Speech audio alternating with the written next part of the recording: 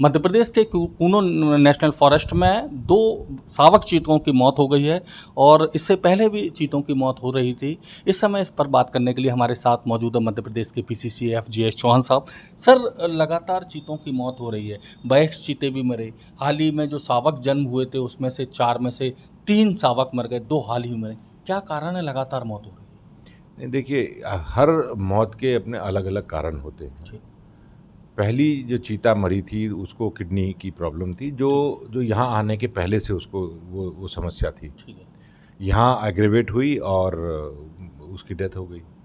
दूसरा चीता उसको कार्डियो पल्मोनरी फेल्योर, यानी मतलब लंग्स एंड हार्ट दोनों फेल हो गए, तो उसके कारण से हुआ वो। उसका वो क्यों हुआ है, वो बेसिकली हिस्टोपैथोलॉजिकल एग्जामिनेशन एंड जो लेबोरेटरी एग्जामिनेशन के बाद हमको पता चल पाएगा। तीसरी जो डेथ हुई थी वो उसको 2 जो नर चीते हैं उसने मार डाला, जो बेसिकली एक हिंसक उनकी इंटरेक्शन हुआ और उसमें वो उसके कारण से वो डेथ हो गई। तो ये रीजन्स हैं जो बियॉन्ड हमारे जो कर्मचारी अधिकारी हैं उनके कंट्रोल के बाहर है ये चीज़ें। जो बच्चों की डेथ हुई है, यस, ये हम मानते हैं कि बच्चों की डेथ हुई है डिहाइड्रेशन के कारण से और अंडरवेट होने के कारण से। अंडरवेट संभवतः वो मदर पूरा दूध शायद ना प्रोड्यूस हो रहा हो जितना 4 बच्चों को चाहिए, और जो इस एज में उनको लगभग 3 केजी का होना चाहिए, वो इस समय केवल 1.5 केजी के बच्चे हैं। तो इस कारण से, और फिर एक्सेसिव ज़्यादा गर्मी पड़ने के कारण से, उस जिस दिन इनकी डेथ हुई है 23 तारीख को, उस दिन लगभग 47 डिग्री टेम्परेचर था। तो ऐसे में जो एडल्ट एनिमल है वो भी डेसिकेट हो जाते हैं, तो बच्चे तो बेचारे नन्ही जान। तो ये इन कारणों से उनकी मृत्यु हुई है। सर, क्लाइमेट की बात करें तो दक्षिण अफ्रीका हो या नामीबिया हो जहाँ से चीते आए हैं, वहाँ का क्लाइमेट और यहाँ के क्लाइमेट से मैच करता है और ये सब चीज़ें शोध करने के बाद ही उनका विस्थापन हुआ है यहाँ पर। अगर ये सब कारण होते हैं कि संक्रमण है या कहा जाए कि ना टेम्परेचर ज़्यादा, डिहाइड्रेशन है या आपस में उनका जो लड़ाई हो रही है उसके कारण से, तो क्या स्थितियाँ वहाँ से अलग हैं यहाँ की? नहीं, अलग नहीं है, बट ये केवल बच्चा देने का टाइमिंग अलग है।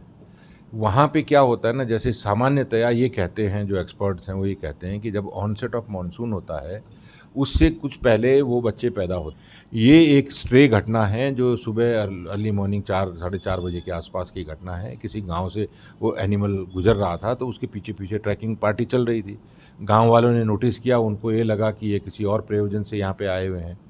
तो इन्होंने, हमारे कर्मचारियों ने कहा भी कि हम वन विभाग वाले हैं, लेकिन उसके बावजूद भी थोड़ा पथराव ज़रूर हो गया उनके ऊपर, बट थोड़ी देर बाद वो शॉर्ट आउट हो गया। उस पर कुछ कार्रवाई भी करेंगे? पुलिस में एफआईआर की है, लेट्स सी, पुलिस में हम लोगों ने कंप्लेन किया है। अब लेट्स सी, वो तो अपना कोर्स एक लेगा।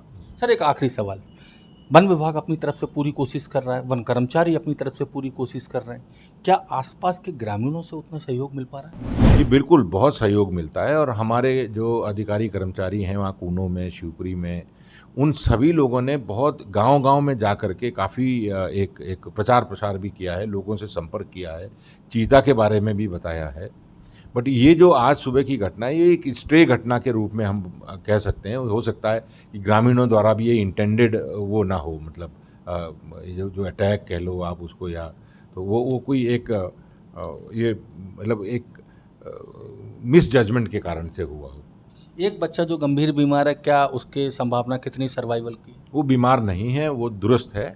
अब केवल उसकी प्रॉब्लम ये है कि वो अंडरवेट है, और उसको हम जैसे जो उसकी जो अपकीप हो रही है, उससे मुझे ऐसा लगता है कि अगले 15-20 दिन में या 1 महीने में वो अपने नॉर्मल वेट गेन कर लेगा।